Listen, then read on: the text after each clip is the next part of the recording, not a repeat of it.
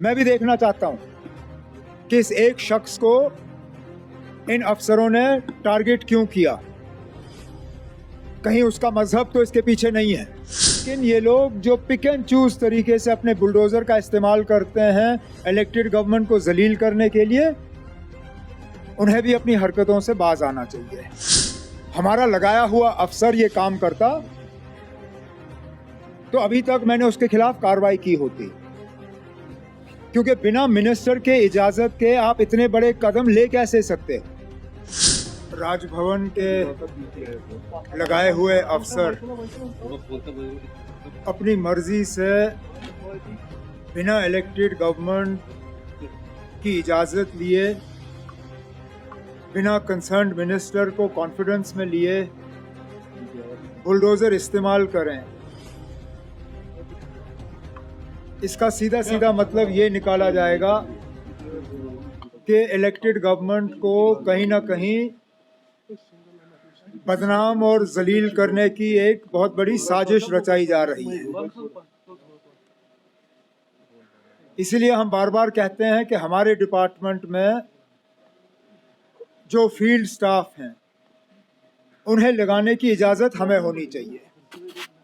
ठीक है, commissioner secretary, principal secretary, additional chief secretary वगैरह आप लगाएं, लेकिन डेवलपमेंट अथॉरिटीज़ के सीईओ वगैरह वो इलेक्टेड गवर्नमेंट के तरफ से लगने चाहिए। रेवेन्यू स्टाफ हमारे इजाज़त से होनी चाहिए। अफसोस की बात यह है कि इन पोस्ट्स पे बिना हमसे मशवरा किए हुए, बिना हमसे बात किए हुए अफसर लगते हैं और फिर वो अफसर कहीं और से डिक्टेशन लेके बुलडोज़र अपना निकाल के कार्रवाई जो है अपनी शुरू करते हैं। इसमें कोई दो राय नहीं है कि ये सब एक साजिश के तहत किया जा रहा है, पर्टिकुलर एक कम्युनिटी को टारगेट किया जा रहा है। अब जब जम्मू की बात करें, क्या जम्मू में सिर्फ यही एक जगह थी जेडीए की जहां पे नाजायज कब्जे का इल्ज़ाम लगा है? मैंने डिपार्टमेंट से अब जेडीए की पूरी लिस्ट मांगी है कि कहां कहां जेडीए की प्रॉपर्टी पे लोगों का नाजायज कब्जा है। मैं भी देखना चाहता हूं कि इस एक शख्स को इन अफसरों ने टारगेट क्यों किया। कहीं उसका मजहब तो इसके पीछे नहीं है, क्योंकि ऐसा हो ही नहीं सकता कि पूरी जेडीए की ज़मीनों पे सिर्फ यही एक नाजायज कब्जे का इल्ज़ाम है। अब हमें कहा जाता है कि हमारे कामकाज में दखल नहीं होता, लेकिन ये तो सीधा सीधा दखल है।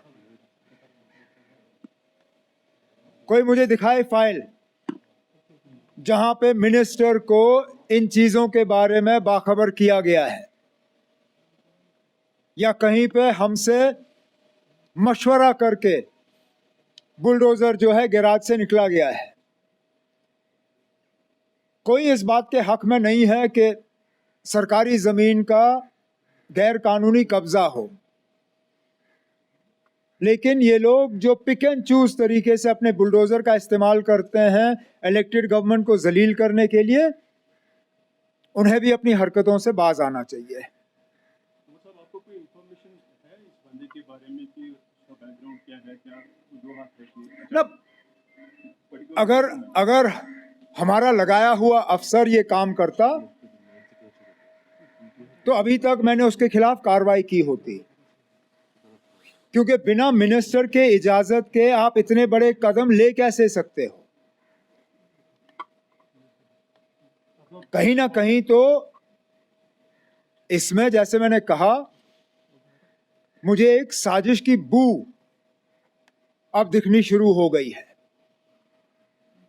क्योंकि एक बार ये होता तो मैं कहता चले ना गलती से हुआ है, दो बार होता तो मैं कहता चलिए हो सकता है कि हुआ हो, लेकिन लगातार एक के बाद एक इस तरह की चीजें ये सिर्फ और सिर्फ इलेक्टेड गवर्नमेंट को जलील और बदनाम करने के लिए किया जा रहा है, क्योंकि वो इस इलेक्शन के नतीजों को ये लोग हजम नहीं कर पाते। अभी जम्मू में ये कंटिन्यू है, फिर तो अप्रहेंशन हमारे यहाँ है, because day before yesterday one incident happened in कंगन हाउस। वही मैं कह रहा हूं ना ये हमारे जानकारी में लाई गई कि ये करने जा रहे हैं, ना इलेक्टेड गवर्नमेंट से कहीं इसके बारे में मशवरा हुआ। मैं फिर इस बात को दोहराता हूं, कोई इस चीज के हक में नहीं है कि गैर कानूनी सरकारी जमीन पे कब्जा हो किसी का, लेकिन कब्जे को ठीक करने का तरीका ये नहीं है कि आप पिक एंड चूज तरीके से करें। लिस्ट निकालिए। मैं अभी कहता हूं, जो जेडीए का सीईओ है, जरा छापे लिस्ट, कल अखबार में डाले, जितनी जम्मू में जमीनें जेडीए की गैर कानूनी कब्जे में हैं, जरा उनका लिस्ट निकाले, अखबार में छापे किन किन के नाम हैं। आप देखेंगे ना कौन कौन लोग इनके पीछे हैं। लेकिन चुन के एक मजहब के बुनियाद पे टारगेट हो और यहां पे इलाका देख के टारगेट हो, इसमें जैसे मैंने कहा ना, आप साजिश के अलावा और सियासी साजिश के अलावा और कुछ नहीं है।